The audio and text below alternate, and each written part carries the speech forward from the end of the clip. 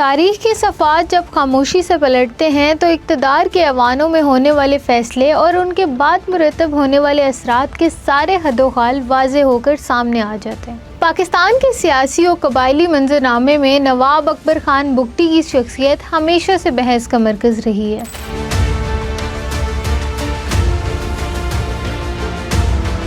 वो कोई ऐसे मजलूम या पुरअमन सियासी रहनुमा नहीं थे जिन्हें रियासत ने जबरन निज़ाम से बाहर धकेल दिया, बल्कि हकीकत यह है कि रियासत पाकिस्तान ने इन्हें बार बार सूबे के आला तरीन इख्तियारात के मरकज़ में बिठाया। 1973 से 1974 तक बलूचिस्तान के गवर्नर की हैसियत से और 1979 से 1990 तक वज़ीर आला के मनसब पर फाइज रहकर उन्होंने इंतज़ामिया, सूबाई वसाइल और सियासी सरपरस्ती का बराह रास्त इस्तेमाल किया।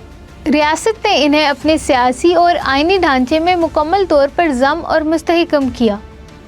ताहम इक़्तिदार के इस तवील और बाइख्तियार रिकॉर्ड के बरक्स इन्होंने खुद अपने लिए एक पुरतशद्दुद और तसादुम का रास्ता चुना। 2000 की दहाई से वस्त तक वही शख्स जो आइनी ओहदों पर फाइज रहा था, पहाड़ों की गुफाओं में मुसल्लह गिरोहों के साथ जा बैठा।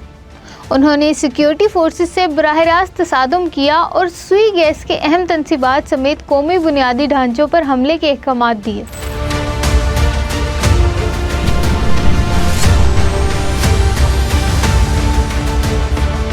तारीख बताती है कि मरी और बुगटी कबाइल के दरमियान रवायती कबायली तजादात और सियासी रकाबतें हमेशा से मौजूद थी, लेकिन इसके बावजूद अकबर बुगटी ने बलोच लिबरेशन आर्मी के इस वक्त के सरबराह बलाच मरी जैसे अस्करियत पसंद कमांडरों के साथ करीबी अमली और अस्करी समझौते इस्तवार किए। बालाज मरी की क़यादत में BLA ने जिस अस्करी हदूद पर काम किया, नवाब बुगटी की अपनी कबायली मलेशिया ने भी इन्हीं इलाकों में वही हथकंडे अपनाए। बिलाखिर अगस्त 2006 में इन्हीं मुसल्लह गिरोहों के खिलाफ किए जाने वाले एक फौजी ऑपरेशन के दौरान वो अपनी पनाहगाह में मारे गए। आज भी मुतअद्दिद शिद्दत पसंद तंजीमें इनकी मौत को अपने प्रोपेगेंडे के लिए इस्तेमाल करती हैं। हालांकि हकीकत यह है कि रियासत ने इन्हें इक़्तिदार के आला तरीन ऐवान दिए थे, लेकिन उन्होंने खुद हथियार उठाए और रियासत पर हमले करने वालों के साथ देने का फैसला किया। ये रास्ता इन पर थोपा नहीं गया, बल्कि इनका अपना मुंतखब करता इंतखाब था। इस खूनी विरासत का तसलसल बाद में इनके पोते ब्रह्मदाग बुगटी के जरिए जारी रहा,